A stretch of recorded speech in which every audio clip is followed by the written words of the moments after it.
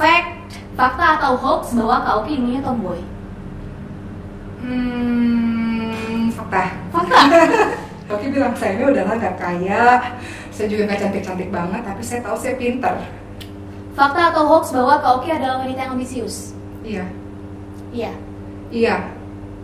Iya. Oke, Kak Oki, kita masuk ke part selanjutnya nih. Oke. Udah disiapin 5 pertanyaan. Ini fact or hoax. Jadi sebenarnya jawab cepat, terus kalau ada mau ngasih sedikit penjelasan silakan. Tapi harus dijawab, Kak. Nggak ada di tengah-tengah, nggak ada abu-abu nih. Oke, Kak Oki mau pilih warna apa dulu? Bebas. Sebenarnya 5 sih harus dijawab, tapi pilih dulu deh. Terserah deh. Biru. Biru. Kayaknya Kak Oki suka warna biru tuh. Dulu ada saya biru. Iya ya. Oke, kita buka. Fakta atau hoax bahwa Kak Oki dulunya tomboy? Fakta. Fakta. Fakta. Tapi tomboynya masih ada di sampai sekarang. Fakta ya nih. Kalau gitu nggak pernah takut. Iya, nggak takut ya. Suka manjat juga jangan-jangan. Suka manjat, kalau itu pembela kebenaran Sheryl. Waduh, beneran. Beneran. Beneran. Waktu itu paling nggak suka kalau ngeliat ada orang yang curang, yang zalim dari kecil. Okay. Jadi siapapun yang kan dulu kan ada orang suka bully orang suka siapa atau bully adik-adik Oki atau bully teman-teman atau siapa, Oki tuh yang maju ngelawan para laki-laki itu. Oki nggak suka tuh yang curang-curang, yang zalim-zalim tuh, Oki maju. Walaupun perempuan tapi Iya. peduli ya. Iya. Oke, kita lanjut ke agenda 4 warna lagi. Ini ikutin aja tuh. Ikutin aja mana? Ungu ya. Ungu teman-teman. Kita buka ungu apa? Fakta atau hoax bahwa Kak Oki sebetulnya adalah pribadi yang sering ngerasa insecure atau nggak pede? Enggak, Oki pede banget. Pede banget. Kak Oki ini pede banget teman-teman. Pernah nggak sih tapi ngerasa nggak pede? Sheryl tahu nggak, ini juga mungkin Oki nggak banyak cerita ya. Dulu waktu SD kan yang sering dideketin tuh orang yang kaya ya, yang kaya tuh pasti banyak yang nempel. Oki bilang saya ini udahlah nggak kaya, saya juga nggak cantik-cantik banget, tapi saya tahu saya pintar. Oke. Jadi Kak Oki fokus pada kepintaran itu. Ya, Oki harus belajar. Oki harus belajar supaya ini kan masih kecil ya, masih SD ya. Oki harus belajar supaya ya maksudnya Koki tahu nggak ada yang Koki nggak perlu insecure karena Koki tahu Koki punya sesuatu yang kalau Koki sungguh-sungguh Koki pasti bisa gitu. Jadi ya akhirnya prestasi gitu. Nggak insecure, nggak perlu cantik lo sekarang. Tapi nggak perlu. Koki ini saya penasaran karena ini salah satu pertanyaan yang paling sering ditanyain. Kak Oki juga kayaknya sering, mungkin Kak Oki yang nggak punya waktu untuk membaca, tapi ini paling sering ditanyakan ke zaman sekarang. Gimana sih cara supaya kita nggak insecure tuh pertanyaannya? Pertama, kenapa teman-teman insecure? Karena teman-teman nggak tahu diri teman-teman itu ada potensi besar banget. Setiap kita itu cerdas, sahabat-sahabat sekalian. Kalau kata Gary Gardner, ada multiple intelligence. Jadi intinya setiap orang itu punya kecerdasan yang berbeda-beda. Hanya saja mungkin kita nggak mengasah potensi kecerdasan itu. Ya. Nah, artinya teman-teman sudah dianugerahi oleh Allah kecerdasan, asah itu, fokus di situ menjadi wajah yang sungguh-sungguh akan berhasil. Dan insya Allah kalau kita punya sesuatu dalam diri kita, maka nggak akan ada lagi insecure. Insecure itu terjadi karena kita ngerasa kita kurang ini, kurang itu. Ya, setiap manusia ada kurang, tapi kita fokus pada kelebihan yang ada pada diri kita.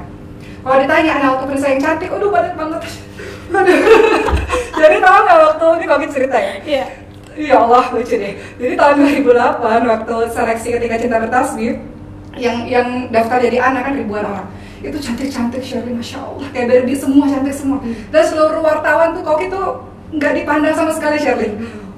Kan Koki kan bajunya baju anak rohis, gimana sih baju yang rockspan, masih blues gitu, kerudung panjang itu nggak terlihat sama sekali. Jadi yang sibuk diwawancara itu yang cantik gitu. Tapi Koki pede aja, Koki pede. Kenapa saat itu Kak Oki pede? Karena yang Koki pertama, karena Koki kalau menang alhamdulillah nggak juga nggak apa-apa, karena Koki bersyukur ketemu sama Koki tuh ngefans banget sama Kang Adik ya masa itu ya. Koki bersyukur sudah ada karantina udah banyak yang Koki dapetin. Jadi kalau menang alhamdulillah, kalau enggak juga alhamdulillah. Nggak apa-apa gitu, Koki bukan mau jadi selebritis, enggak. Koki dapat ilmu dan lingkungan yang solid itu Koki bahagia gitu. Jadi masuk alhamdulillah. Jadi kalau masuk pun Koki sering deh ya alhamdulillah gitu. Beberapa teman ada yang histeris gitu kan, alhamdulillah. Ya kalau itu kan takdir Allah, kalau Allah kasih alhamdulillah kan juga nggak apa-apa. Ada yang lain kok yang bisa dikerjain gitu. Jadi ya balik lagi bahwa insya Allah ketika kita punya sesuatu dan kita asah dengan sungguh-sungguh, menjadi wajah tadi yang sungguh-sungguh akan berhasil, insya Allah teman-teman nggak akan insecure lagi, insya Allah. Dan fokus pada kelebihan. Kekurangan pasti ada, tapi kalau itu terus-terusan kita fokus ke situ, ya kelebihan kita jadi nggak fokus ke situ. Tadi pertanyaan apa sih itu kan ya pertanyaan? Iya, insecure. Gimana caranya supaya kita nggak insecure? Oke, kita masuk lagi ke semangat, Bang. Kaki pilih nih 3 warna. Kuning yang di tengah. Fakta atau hoax bahwa Kak Oki adalah wanita yang ambisius? Iya. Oke. Nah, menurut Kak Oki nih, apa yang membedakan ambisius dengan punya semangat atau etos kerja yang tinggi?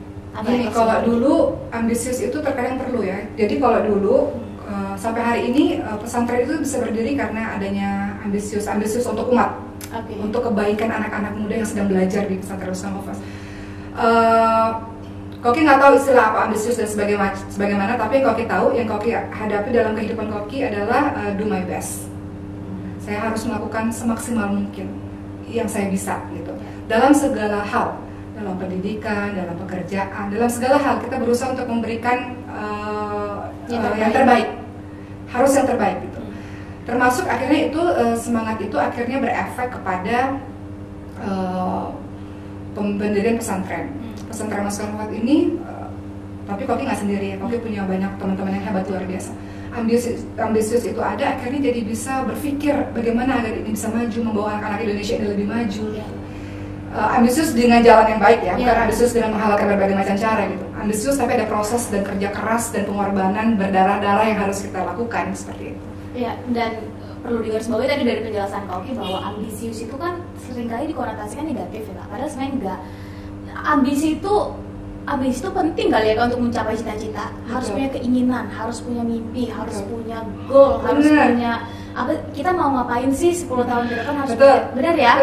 Nah, masalahnya nih Kak, kita punya ambisi, tapi kadang-kadang nggak punya etos untuk mewujudkannya. Kita ya ambisinya besar, tapi satu kali rebahannya masih 8 sampai 10 jam. Makanya harus buat target, harus buat target itu paling penting. Contoh misalnya kayak anak-anak di Mas Kanwat di pesantren. Mereka punya target 1 tahun 30 juz. Kan mereka untuk bisa capai target kan harus what we have to do kan. Apa yang kita kan ngukur sampai 1 tahun itu apa yang harus kita lakukan. Sehingga kalau udah ada target yang jelas dan kita jadi bisa kita breakdown lah kita buat apa nih supaya bisa mencapai. Jadi nggak main-main boleh, tapi kita punya target yang jelas sehingga kita akan serius untuk mencapai itu. Ya kalau itu saya setuju. Jadi kita produktif bukan sibuk ya. Semua yang kita lakukan harus ada goal. Oke, kita lanjut. Oke, tinggal 2. Merah apa hijau? Ntar juga dua-duanya. Iya, tapi yang mana dulu? Yang hijau deh. Fakta atau hoax bahwa Kak Oki ingin punya 7 anak? Kalau Allah anugerahi bisa banyak, Kak Oki sehat, Kak Oki pengen punya banyak anak Shirley. Oke, tapi nggak ada angka yang kayak target itu nggak ada ya? Kalau Allah karena Kak Oki sesar ya. Tapi Kak Oki dikasihnya Allah dan kalau dokter bilang Kak Oki masih boleh. Koki tuh seneng, pertama Koki seneng anak-anak. Koki tuh seneng banget dan kecanduan sama bayi. Bayi tuh ya Allah, lucu banget. Jadi Koki tuh kalau udah anak udah 2 tahun nih, kayaknya mau lagi deh nih, kayak bayi tuh lucu. Pertama karena kecintaan terhadap anak. Kemudian yang kedua karena Koki punya banyak sekali cita-cita. Yang cita-citanya adalah anak-anak ini harus bermanfaat bagi umat lah gitu ya. Maksudnya bukan cita-cita pribadi Koki yang gak kesampaian. Maksudnya mungkin lewat anak ini akan ada pesantren, mungkin lewat anak ini akan apa yang semuanya akan bermanfaat untuk umat seperti itu. Jadi berdasarkan itulah akhirnya memang kalau Allah izinkan dan dokter bilang masih boleh, ya Koki pengen punya banyak anak supaya bisa lebih banyak orang yang mengabdi untuk agama ini. Masya Allah, luar biasa. Oke, terakhir Kak Oki, yang warna merah nih. Siap. Fakta atau hoax bahwa Kak Oki dulu hafal nomor-nomor angkot di Depok, di kota Depok? Ya pastilah, Kak Oki kan naik angkot. Semua angkot di Depok Kak Oki hafal? Pada saat itu ya. Oke, sekarang masih hafal nggak? 03, 115. Kok itu suka naik 03 angkotnya. Teman-teman yang di Depok, ayo. Masih ada nggak tuh angkotnya? 03 itu, Kok itu kalau dari sekolah itu naiknya 03 sama 125. Jadi emang naik angkot terus, bahkan ketika jadi artis pun naik angkot. Kan artis baru belum bisa beli apa-apa. Dasar kita udah Mario Madija. Jadi intinya adalah teman-teman semua segala sesuatu itu dimulai dari bawah, dimulai dari nol, perlahan-lahan insya Allah dan semuanya bisa salah satunya dari sekian banyak ya usaha bla bla bla semuanya adalah karena Allah kasih pertolongan. Itu paling penting. Itu ngeakselerasi ya Kak sampai ke titik. Ya, iya. Kadang-kadang di luar. Kadang-kadang kita mikir, oh ini karena pengorbanan saya, karena kerja keras saya, lupa itu semua karena Allah, 100% karena Allah. Kalau ada yang bilang gini, 99% karena Allah, 1% karena kerja keras saya. Enggak sih, 100% karena Allah ditambah dengan memang kerja keras kita. Jadi kalau Allah bilang kamu nggak bisa, ya Allah takdirkan enggak, ya enggak. Jadi intinya tetap apapun yang terjadi semuanya adalah taufik dari Allah. Allah kasih kita pertolongan untuk kita bisa menggapai cita-cita dan mimpi kita, seperti itu. Luar biasa teman-teman. Terakhir Kak Oki, pesannya dong buat anak muda di Indonesia. Oke. Wah, ada bilang iklan, maaf ya. Gak apa-apa. Oke. Aduh, maaf ya. Gak apa-apa. Oke. Wah, anak saya ada banyak, ada bayi juga di depan. Ya gak apa-apa. Untuk teman-teman dimanapun berada, bangsa kita ini tidak hanya butuh orang-orang pintar, bangsa kita ini butuh orang-orang yang baik, butuh orang-orang yang salih, butuh orang-orang yang takut akan rohnya. Teman-teman boleh jadi apapun, teman-teman boleh jadi politisi, teman-teman boleh jadi pekerjaan lain, ya dokter, apakah yang lain-lain boleh, selama teman-teman memiliki fondasi agama yang baik, selama teman-teman berada di jalan Al-Quran, insya Allah teman-teman akan mewarnai bangsa ini sehingga nggak ada lagi kecurangan, kezaliman, kejahatan, itu nggak ada, karena semua posisi-posisi penting diisi oleh orang-orang salih, oleh orang-orang yang cinta Quran, oleh orang-orang yang takut kepada Rabbnya. Insya Allah bangsa ini menjadi bangsa yang adil, makmur, sejahtera, insya Allah. Amin. Terima kasih banyak Kak Oki.